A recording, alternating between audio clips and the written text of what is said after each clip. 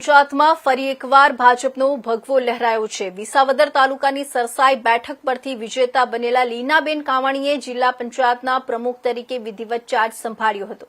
Collector અને જિલ્લા વિકાસ અધિકારીની અધ્યક્ષતામાં યોજાયેલી બેઠકમાં ભાજપના તમામ 23 સભ્યોએ લીનાબેન કાવાણીને સમર્થન આપ્યું હતું। ત્યારબાદ સભ્યો દ્વારા હારતોરા કરી તેમનું સ્વાગત અને મોં મીઠું કરાવવામાં આવ્યું હતું।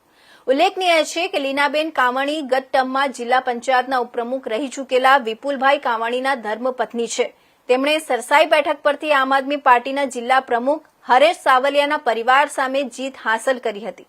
પ્રમુખ તરીકે ચાર્જ સંભાળ્યા બાદ લીનાબેન કાવાણીએ લોક ઉપયોગી વિકાસ કાર્યોને પ્રાથમિકતા આપવાનો વિશ્વાસ વ્યક્ત કર્યો હતો।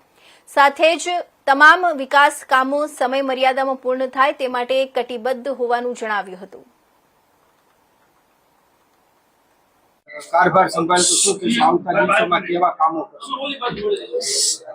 નમસ્કાર। આજની આ પત્રકાર પરિષદમાં સર્વ પત્રકાર મિત્રોનું આવકાર સૌનું અભિવાદન કરવામાં આવે છે। આજ રોજ 23/5/26ના શનિવારના રોજ અમો દ્વારા જૂનાગઢ જિલ્લા પંચાયતના પ્રમુખ તરીકે કાર્યભાર સંભાળેલ છે। અમોની જિલ્લા પંચાયત દ્વારા જિલ્લાના તમામ તાલુકાના ગ્રામ વિસ્તારના વિકાસ કામો વધારેમાં વધારે પ્રમાણમાં તેમજ સમય મર્યાદા અને સારી રીતે થાય તે માટે સમગ્ર જિલ્લા પંચાયતના સૌ સભ્યો પ્રતિબદ્ધ છીએ। જિલ્લાના સૌ નાગરિકોની સુખાકારી સામે પાયાની સુવિધાઓ માટે વિકાસના કામો સત્વર ઉપલબ્ધ કરવામાં આવ્યા છે। આવા અગ્રતા આપશું।